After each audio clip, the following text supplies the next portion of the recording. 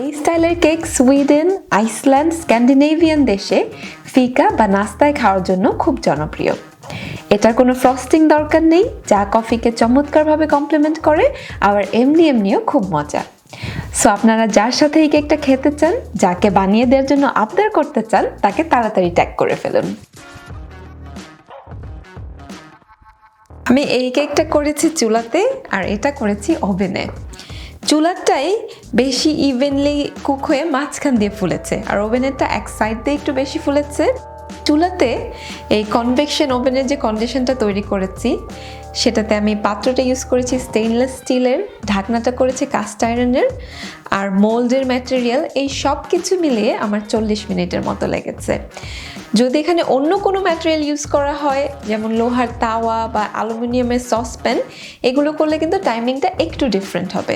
ওভেনের ক্ষেত্রেও একই, আমার ওভেনে 165 ডিগ্রিতে 50 মিনিট লেগেছে, কিন্তু ওভেনের টাইপের উপর ডিপেন্ড করে এইখানেও টাইমটা একটু ভ্যারি করতে পারে। আমার কেকের মিক্সটা তৈরি করতে 10 মিনিটের মতো লাগবে, সো তার আগে এগুলো প্রিহিট করে নিব। আমি প্রথম কেকটা করব চুলাতে। সো চুলার উপরে এই ওভেনের কন্ডিশন ক্রিয়েট করার জন্য আমি নিয়েছি এরকম বড় সাইজের একটা পাতিল, আর এটা ঢাকার জন্য আমি নিয়েছি মোটা লোহার তাওয়া টাইপের একটা ঢাকনা। প্রথমেই এগুলোর এই দুইটার উপরেই এক লেয়ার লবণ দিয়ে দিব। আর এই সেটআপটা এক্স্যাক্টলি এভাবেই কেন করলাম সেটা একটু পরেই বুঝিয়ে বলবো। তার আগে কেক মিক্সটা তৈরি করে নিই। কেক মিক্সটা তৈরি করতে আমার লাগবে 1 কাপ ময়দা, প্লেন ফ্লাওয়ার নিয়েছি, এখানে আছে 150 গ্রামের মতো। এটার সাথে দিয়ে দিব 1 চা চামচের 4 ভাগের 1 ভাগ বেকিং সোডা, একই পরিমাণ দিব বেকিং পাউডার, তারপর দিচ্ছি লবণ, সেটাও সেম পরিমাণ। এগুলো এখন ছেঁকে নিব। তারপর আরেকটা পাত্র নিব, এটার মধ্যে মিক্স করব চিনি আর ডিম। প্রথমে নিচ্ছি চিনিটাও নিতে হবে 150 গ্রামের মতো। চিনি যেহেতু ওজনে ময়দা থেকে ভারী, সেম কাপ ইউজ করলে এটার 2/3 বা মানে গলা কাপ পর্যন্ত নিলেই হবে। তারপর নিতে হবে একটা বড় সাইজের ডিম, এটা আমি নর্মাল টেম্পারেচারের ডিম নিয়েছি, ফ্রিজের ডিম নেওয়ার দরকার নেই। এইগুলোকে এখন ভালো মতো হুইস্ক করে নিব। 1-1.5 মিনিটের মতো হুইস্ক করতে হবে, এরকম একটু ফোমি আর ক্রিমি টেক্সচার আসলেই বোঝা যাবে এটা রেডি হয়ে গেছে। এরপর এখানে দিয়ে দিব 1/2 কাপ পরিমাণ ইয়োগার্ট বা টক দই। এখানে আমি একদম প্লেন ইয়োগার্ট নিয়েছি। এটার পরে দিব 1 চা চামচ মতো ভ্যানিলা এক্সট্রাক্ট। তারপর আমি দিচ্ছি ব্ল্যাক টি। আমি এখানে একটা টি ব্যাগ নিয়েছি, মানে এখানে 1 চা চামচের মতো হবে। আমি নিয়েছি একদম সিম্পল ব্ল্যাক টি, এখানে ছোট দানার যে কোনো চা দিলেই হবে। দেশে তো সিলেটের অনেক সুন্দর ছোট দানার চা পাওয়া যায়, যদি ওইটা দেন তাহলে অনেক মজা হবে। এখন এখানে দিয়ে দিব লেমন জেস্ট, মানে লেবুর খোসার উপরের অংশটা গ্রেট করে দিব। লেমন জেস্ট ইউজ করছি কারণ এটা থেকে আসবে অ্যাসিডিটি। এই অ্যাসিডিটির সাথে আমরা যে বেকিং পাউডার আর বেকিং সোডা ইউজ করেছি, বেকিং সোডাতে আছে একটা বেস, এবং এই দুইটার একটা রিয়াকশন হয়ে কেক যখন বেক হয় তখন এটা ফুলতে হেল্প করে। কারণ এই দুইটা রিয়াকশনে তৈরি হয় হচ্ছে কিছু কার্বন ডাই অক্সাইড, এবং সেটাই হচ্ছে কেকের ভেতরে এয়ার ঢোকায় এবং কেককে ফুলতে হেল্প করে। এরপর আমি এখানে দিব 1/2 কাপ পরিমাণ তেল। আমি নিয়েছি সয়াবিন তেল। তেলটা আস্তে আস্তে অ্যাড করতে হবে। তেলটা অ্যাড করার আগে বাটির নিচে এরকম একটা কিচেন টাওয়েল দিয়ে বাটিটাকে স্টেবল করে নিচ্ছি। এখন এক হাত দিয়ে আস্তে আস্তে তেলটা ঢালবো, আর এক হাত দিয়ে মিক্স করতে থাকবো।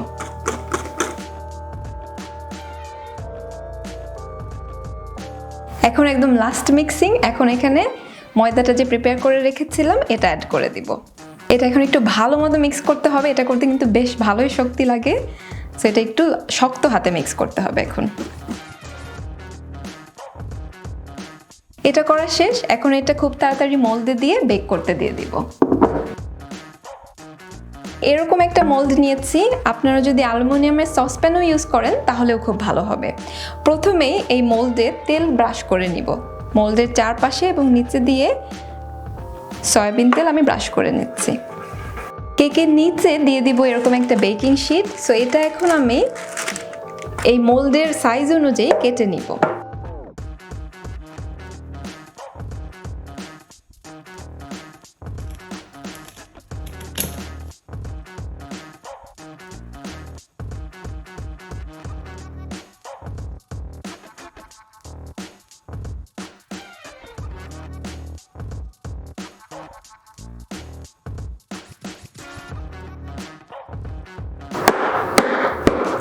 মোলটা এভাবে ভালো মতো ট্যাপ করে নিতে হবে যাতে ভেতরে সব আনইভেন বাবলসগুলো বের হয়ে যায়।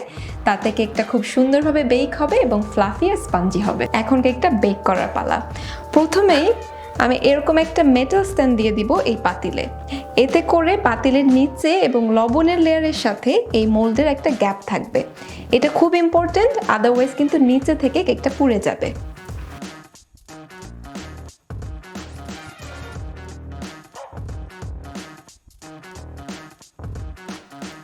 এইটা এখন ঢেকে দিব এই তাওয়াটা দিয়ে। তাওয়াটা কিন্তু খুব গরম হয়ে গিয়েছে।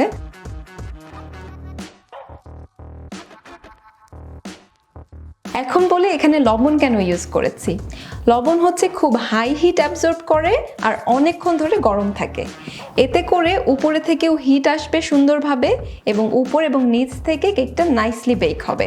এখন আমি আরেকটা কাজ করব, এই উপরের তাওয়াটাও একটা ঢাকনা দিয়ে ঢেকে দিব। এতে করে এই লবণ থেকে হিট খুব তাড়াতাড়ি এসকেপ করবে না। আর এটা বেক করার জন্য একদম লো হিটে দিয়ে দিব, একদম আমার সেটিংয়ের সবচেয়ে লোয়েস্টটাই দিয়ে 40 মিনিটের মতো বেক করতে হবে। 40 মিনিটের মতো হয়ে গিয়েছে চুলার কেকটা। সো এটা এখন আমি চেক করে দেখব। চেক করার জন্য এরকম একটা চিকন কিছু দিয়ে ভেতরে দিয়ে দেখতে হবে এটা হয়েছে নাকি।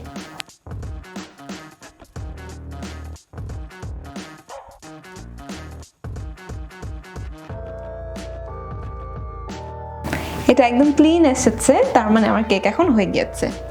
সো আমার এই সেটআপে এই পাত্রতে আমার 40 মিনিটের মতো লেগেছে। আপনাদের সেটআপে হয়তো 5-10 মিনিটের একটু ডিফারেন্স হতে পারে। এটার জন্য এরকম একটা কাঠি দিয়ে একটু চেক করে দেখবেন যে কোন টাইমে এটা হয়ে গিয়েছে। যখন কাঠিটা এরকম ক্লিন আসবে তখনই হচ্ছে কেকটা রেডি।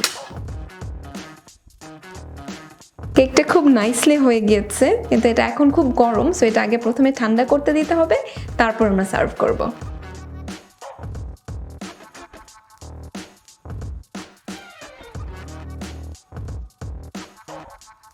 এখন ওভেনের কেকটা তৈরি করব। এটার জন্য একই পরিমাপের সেম কেক মিক্স ইউজ করছি। ওভেন 165 ডিগ্রি সেলসিয়াসে প্রিহিট করে নিয়েছি। এই প্রিহিট করে নেওয়াটা খুব ইম্পর্ট্যান্ট। অনেক সময় দেখা যায় কেক ভালো মতো ফুলে না, ফ্লাফি হয় না। তার একটা কারণ হচ্ছে ওভেন বা চুলায় যে পাত্র ইউজ করা হয় সেগুলো আগে থেকে প্রিহিট না করে নেওয়া। ওভেনেরটা এখন 50 মিনিটের মতো হয়ে গিয়েছে। আমি চেক করেছি কেকটা এখন রেডি। সো এটা এখন বের করে নিব।